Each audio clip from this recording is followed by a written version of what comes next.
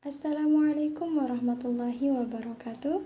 Kami dari kelompok 6 mata kuliah IPA Sekolah 1, kelas pendidikan IPA reguler A, Fakultas Matematika dan Ilmu Pengetahuan Alam, Universitas Negeri Makassar.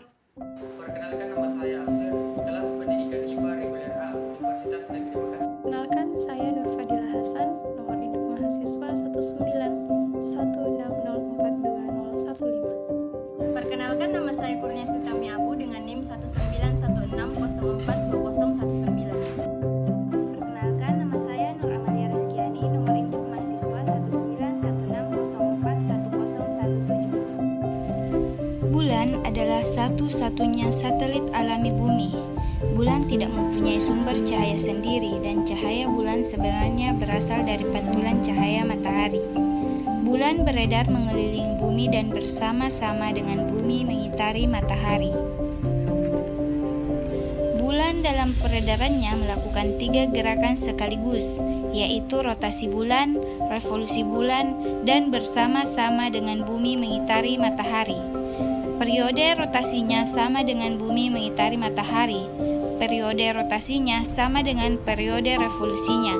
Akibatnya, muka bulan yang menghadap bumi selalu sama, yakni separuh bagian yang lain tidak pernah menghadap bumi. Pengertian rotasi bulan. Rotasi bulan adalah perputaran bulan pada porosnya dari arah barat ke timur. Dalam satu kali rotasi, bulan memerlukan waktu sama dengan satu kali revolusinya mengelilingi bumi, yakni 29/2 hari. Oleh karena waktu berotasi dan berevolusi sama, maka permukaan bulan yang menghadap bumi relatif tetap. Rotasi bulan tidak memberikan dampak apapun terhadap kehidupan di bumi. Selain berputar pada porosnya, bulan juga bergerak mengelilingi bumi yang disebut revolusi bulan. Akibat revolusi bulan, bulan akan tampak berubah-ubah jika dilihat dari bumi yang disebut dengan fase bulan. Dalam sekali revolusi, bulan mengalami 8 fase. Apabila dirata-ratakan, setiap fase bulan berlangsung selama kurang lebih 3-4 hari. Bulan pertama terjadi pada tanggal 1. Bulan berada pada posisi 0 derajat, bagian bulan yang tidak terkena sinar matahari menghadap ke bumi. Akibatnya, bulan tidak tampak dari bumi. Fase kedua yaitu bulan sabit pertama, terjadi pada tanggal 4.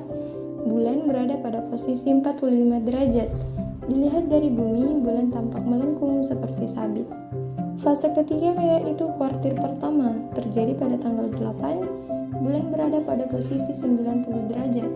Bulan tampak berbentuk setengah lingkaran. Fase keempat yaitu Wazing Pose, terjadi pada tanggal 11. Bulan berada pada posisi 135 derajat. Dilihat dari bumi, bulan tampak seperti cakram. Bulan terlihat hampir penuh, di mana masih ada sedikit gelap berbentuk sabit. Selanjutnya fase kelima yaitu Full Moon atau bulan purnama, terjadi pada tanggal 14. Bulan berada pada posisi 180 derajat. Pada posisi ini bulan tampak seperti lingkaran penuh. Fase keenam yaitu Waning Pose, terjadi pada tanggal 17. Bulan berada pada posisi 225 derajat. Dilihat dari bumi, penampakan bulan kembali seperti cakram. Fase keenam yaitu Last Quarter, terjadi pada tanggal 21. Bulan berada pada posisi 270 derajat, penampakan bulan sama dengan bulan pada posisi 90 derajat. Bulan tampak berbentuk setengah lingkaran.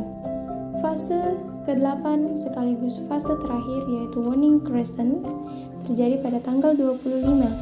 Penampakan bulan pada posisi ini sama dengan posisi bulan pada tanggal 45 derajat. Bulan tampak berbentuk seperti sabit. Selanjutnya, bulan akan kembali ke kedudukan semula yaitu bulan mati. Posisi bulan mati sama dengan posisi bulan baru. Bedanya, bulan baru menunjukkan fase awal, sedangkan bulan mati menunjukkan fase akhir. Pasang surut air laut. Bentuk permukaan laut bisa berbeda akibat dikenai gaya gravitasi bulan di tempat yang berbeda pada laut yang berbeda. Hal ini mengakibatkan adanya permukaan laut yang naik atau pasang dan adanya permukaan laut yang turun atau surut. Karena bumi berotasi, maka dalam satu hari suatu tempat akan mengalami 2 kali pasang dan 2 kali surut. Kondisi air laut pasang terjadi 2 kali, yaitu saat bulan purnama dan bulan baru. Pada belahan bumi yang mengalami bulan purnama, jarak air laut dengan pusat bulan lebih dekat daripada jarak pusat bumi dengan pusat bulan. Hal yang sama terjadi pada belahan bumi yang mengalami bulan baru. Jarak air laut dengan pusat bulan lebih jauh daripada jarak pusat bumi dengan pusat bulan. Ini mengakibatkan gaya gravitasi bulan lebih kuat daripada bumi untuk menarik air laut. Air laut menjadi sedikit lebih tinggi terhadap permukaan bumi. Inilah yang disebut dengan air laut pasang. Sedangkan laut surut terjadi pada belahan bumi yang tidak mengalami bulan purnama maupun bulan baru atau disebut dengan pasang perbani. Peningkatan ketinggian air laut di bagian yang mengalami bulan purnama maupun bulan baru tentunya mengambil jatah air dari belahan bumi lainnya. Hal ini menyebabkan belahan bumi lainnya mengalami permukaan laut yang surut.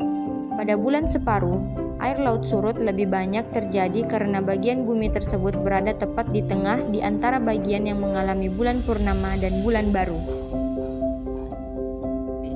Selain berputar pada porosnya dan bergerak mengelilingi bumi, bulan juga bergerak mengelilingi matahari.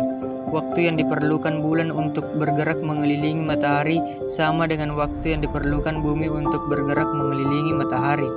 Sehingga dalam 1 tahun, bulan hanya 1 kali bergerak mengelilingi matahari dan 12 kali bergerak mengelilingi bumi. Hal inilah yang menyebabkan bahwa 12 bulan selama 1 tahun di dalam kalender Masehi.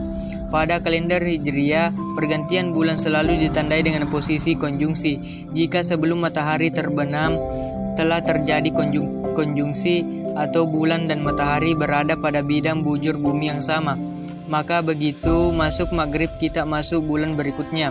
Misalnya saat ini kita sedang berada di bulan Muharram dan jam 2 siang terjadi konjungsi, maka saat maghrib kita masuk bulan Safar. Perbedaan bumi dan bulan menyebabkan pula peristiwa gerhana bulan dan gerhana matahari. Berikut penjelasan pada gerhana bulan. Gerhana bulan terjadi apabila bumi dan bulan berada dalam satu garis simpul dengan posisi bulan membelakangi bumi atau posisi. Tentu saja gerhana bulan terjadi pada malam bulan purnama. Gerhana bulan terjadi karena bulan memasuki umbra bumi. Karena pengaruh inklinasi bulan terhadap ekliptika, maka gerhana total tidak selalu terjadi pada saat bulan purnama. Jika bulan hanya dekat simpul, maka hanya akan terjadi gerhana penumbra. Jika bulan sangat jauh dari simpul, maka tidak terjadi gerhana bulan pada saat bulan purnama. Gerhana matahari. Gerhana matahari terjadi pada bulan berkonjungsi atau bulan baru, tepat pada simpul atau setidak-tidaknya mendekati simpul, dan terjadi pada siang hari.